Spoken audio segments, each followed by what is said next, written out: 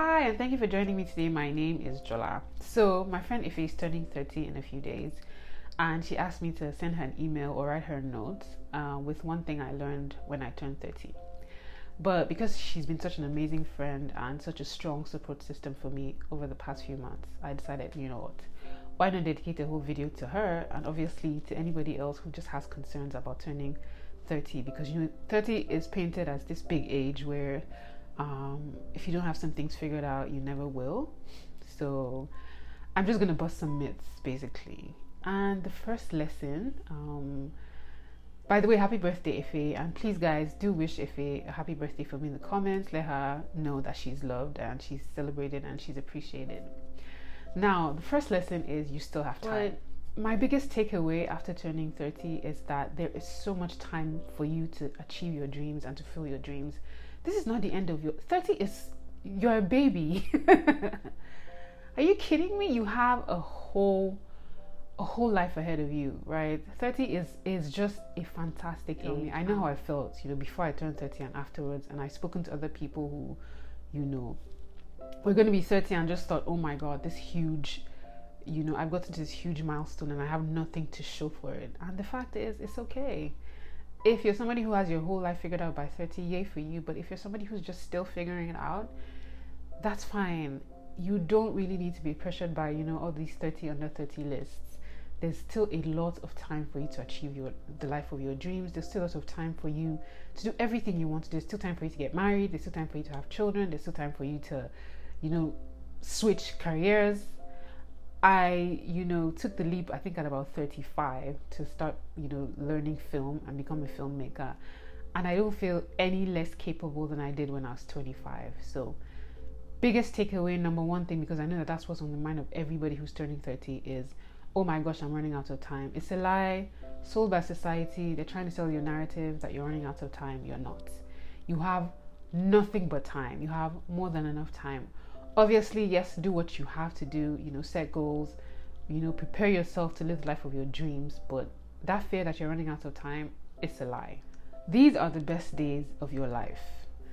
I know I'm going to sound spooky, but I feel like when you turn 30, especially as a woman, it's like the heavens open over you. It's like you finally have a handle on your purpose. You finally understand who you are. You finally become so self-aware. You're finally confident and comfortable in your own skin. And you're finally able to live your life without thinking about what people like or without caring about other people's opinions. I know so many women who, when they turn 30, they decide to start wearing whatever they wanted. Because when you're in your 20s, you're so scared. Oh my gosh, they said people of this size shouldn't wear this. I have cellulite, I shouldn't be in a bikini. I have whatever it is they say you have. My arms are big, I shouldn't be wearing, sleeveless clothes or that kind of thing. But I can tell you for a fact, I know myself and friends and other people who have turned 30, there's just this liberation that comes, into your mind, into your psyche. It's like you're thinking, wow, I'm this fantastic person and I have been living in the shadows all my life. And now finally I see myself for the amazing person that I am and I can step into the light. And if I just want to tell you that these are the best days of your life. Turning 30, amazing. The risks, the career moves, the boldness, the confidence, the improvement in my relationships, how I have leveled up mentally, spiritually, emotionally, financially. I have leveled up in every way. I leveled up in every way when I turned 30 because I became aware of just how amazing I was. And I just want you don't even have to make it happen. I just want you to sit with that feeling of divinity that comes with turning 30. There's just this belief that I have. I mean, I'm a Christian and Jesus started his earthly ministry at 30. And I feel like there was just something, about getting to that age, about that maturity that just aligned you with God's vision for you, So these are the best days of your life. Don't let anybody tell you different.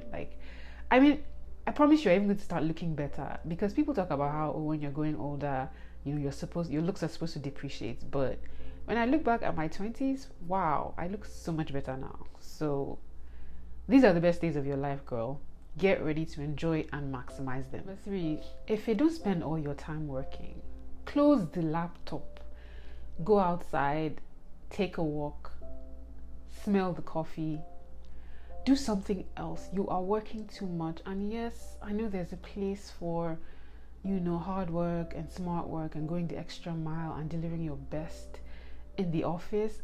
But I promise you, when I was your age, I was burning myself out, for my work, for my job. And I'm not going to say it doesn't pay.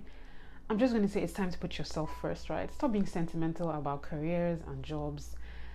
You have to be strategic, you have to be logical, you have to think of yourself first. You have to plan your career path with no sentiments. It's just that because we're women and we're just generally nurturers, when we get into a company and somebody makes us feel safe and they tell us, we're joining them to build a vision, we have this idea that we're part of the family. But it's a scam. I'm not among those who say that 9 to 5 jobs are, something they pay you to take you away from the life of your dreams. No, not everybody can be an entrepreneur, right? But I do believe that sometimes as women we can get caught up in other people's business and not care much about ourselves. And this is not even just saying start a side hustle, build a business for yourself. It's saying that sometimes step away from the work, right? Work is always going to be there. You're never going to finish your work. I don't think anybody tells us this. Your to-do list is never going to be exhausted. There'll always be something to do. So you have to deliberately stop working outside work hours. Work hours 9 to 5. That's it. If you're working in a healthy company, nobody should be able to penalize you for not working outside work hours. Take time for yourself. Go out and have fun. It is not the work that you are doing that you'll be remembered for. It's not going to be the best part of your life. It's not going to be one of the highlights of your life. I promise you. I know right now it feels like end all, do all, be all. But shut down your laptop, Ife. And anybody else who's like Ife and who's busy working and you think, oh my gosh, because you're in your 30s now or because you just turned 30, you need to be, even harder working. What you need to do now is level up to smart work and figure out how you can get the most done in the least time, how you can get the most productivity with the least amount of effort, how you can get the most profits with the least amount of work. Because, all that hustling and waking up at 3 a.m. and going to bed at 11 a.m. you did in your 20s, your body is not going to accept that anymore and your mind is not going to accept that anymore. So you're going to need to fix your life and adjust your life and optimize for ease. Number 4, there's nothing wrong with you. I feel like, as women, because we have this uniqueness to us, sometimes we can feel like something is wrong with us, like we're weird, like we're unlovable, sometimes, especially if you're somebody who has gathered unfortunate relationship experiences or career drama or friendship breakups, right? We tend to internalize that and think like we're flawed, we're broken, there's something wrong with us, we're the one, we're the problem. And I think a healthy amount of responsibility, like taking responsibility for things that are happening in your life, there's a healthy way to do that, because if you can take responsibility, then you can fix it. But if you're always blaming yourself for other people's actions, for things that you had no control over, you can start to feel like you don't deserve love, or you're unworthy, or that something is wrong with you, or that you're always messing things up, or that you're kind of a screw up. But I want you to know there's nothing wrong with you. My friend Ife, she's very quirky. She loves to read fantasy novels. She's a genius. She's very cerebral. She's very intelligent. And I know deep down inside that sometimes she wonders if maybe she's a little too much, because that's another thing. Society tells us that there's one way to be a woman. There's no one way you need to look. There's one way you need to dress. There's one way you need to talk. Sometimes don't just be too intelligent. Sometimes don't be too smart, and some of us can just go around, especially those of us who don't really fit the mold. We can go around thinking like, oh, there's something wrong with me. I need to fix it. I need to do this. I need to be better. I need to do better. But I want to tell, you, Ife, and anybody else who feels, like you're too weird, or like you're always standing out, I want you to know that there's nothing wrong with you. You are fantastic. You're special. You're unique. We can't all be the same, right? Your uniqueness is what is going to change your life. It's what's going to help you. It's what's going to stand you out. It's what makes your life special.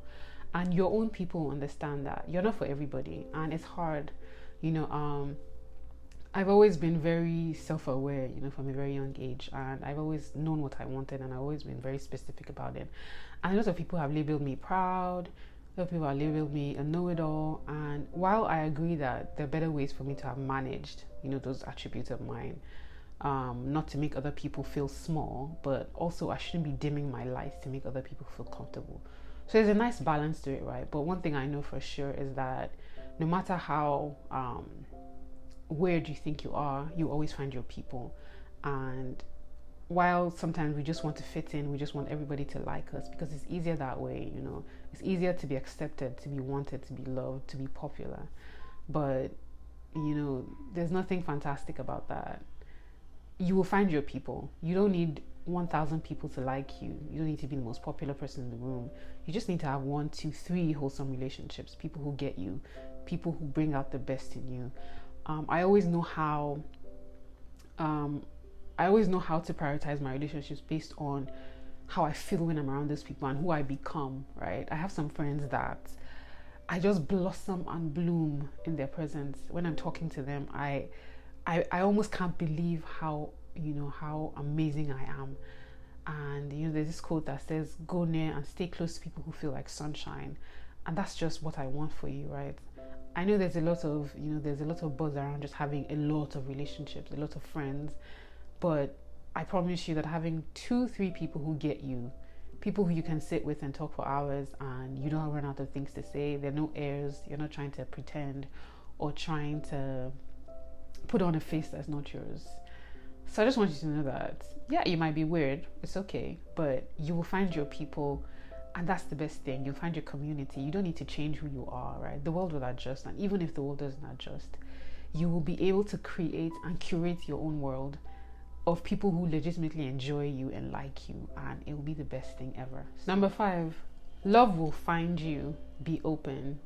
Now, my friend Ife and I always joke about how she has built the walls of Jericho around her heart because she's so guarded, and she has the right to be, right? Because she's had experiences with men that just make her feel like, yeah, I need to protect myself. But if you have walls around your heart to keep out bad people, you're also keeping out good people. And I think one of the reasons why I can relate so much to Ife is that we're so alike, and I just see I see her living out her life the way I lived out mine. And while, to be honest, I've had an amazing life and I have no regrets, there's some things I know I could have done better at. And one of them is to be more open to, there's this funny video on TikTok where somebody says she spoke to a therapist and she realized she is the problem. And as much as, yes, I've been talking about how I wanted, to be loved and to be in love for a long time, I realized that I was the one with the commitment issues. It wasn't the other people, because even in my friendships, I'm very, very guarded. Like I have like 4, I was very guarded because I'm working on it. I have like 4 layers of my heart, right? And it's good to, create boundaries, but it's also not too good. And I looked at my platonic friendships and I looked at even my family relationships, and I saw that I wasn't being very emotionally available, right? And I was being very guarded.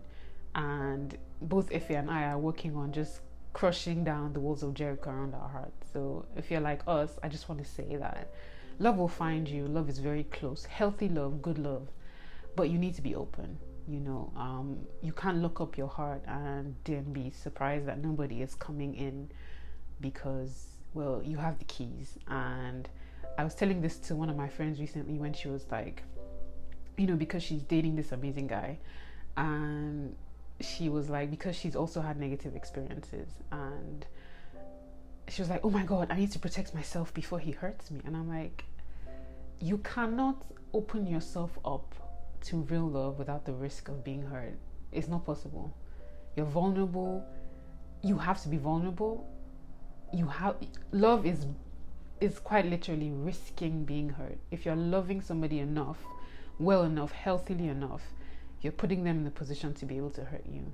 And that's why you have to do your due diligence, right, before you trust anybody enough to fall for them. But once you've fallen for them, and once you trust them and you give them your heart, you're just opening yourself up. But to open yourself up to love, you have to be willing to risk pain. And I know it sucks, but it's not either or. You have to just, so just be open.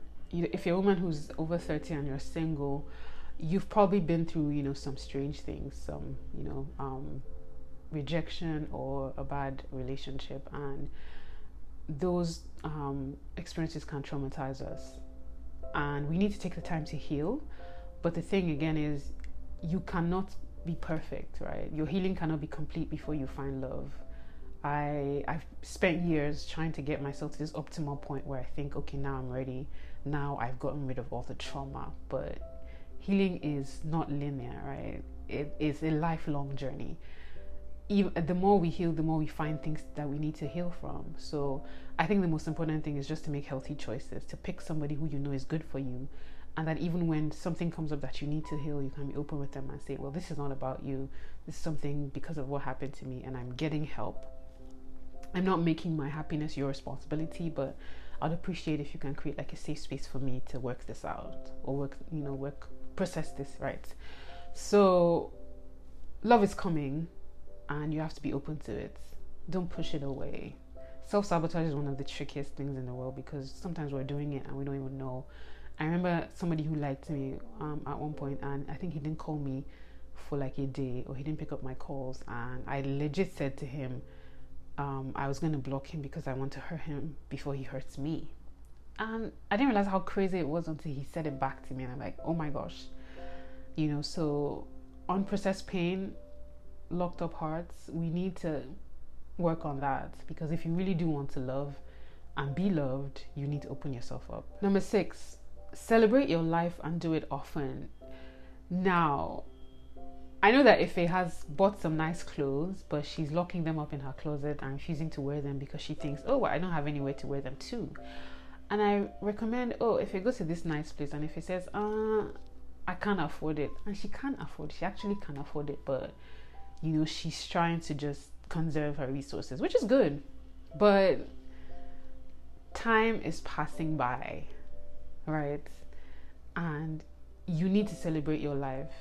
You need to celebrate your life every chance you get. And I'm not saying you should soft life your way into debt, right? I'm saying that realize that you are a masterpiece, and you are a phenomenal human being, and you have been through so much, and you have achieved so much, and you have accomplished so much. And the fact that you're still here, taking one step at a time, one day at a time, you deserve to be celebrated. You deserve it. Sometimes take your own money and take yourself out and have fun and take pictures and freeze the memories and freeze time. Wear the nice clothes, right? Put on your most expensive lipstick and foundation and perfume just for no reason, and go out. And especially if you're a single woman, right? Because you have, I think not enough people talk about how your life completely changes when you're married and you have children. Yes, you can still live your best life, definitely, but your priorities change and the dynamics change, and you have to be, it's just harder. Let me just be honest. Celebrate your life. Enjoy your life. Do the things that you love. Spend your money on you. Why are you working if you cannot spend money on yourself? Why? And my final point is, this is not how your story ends.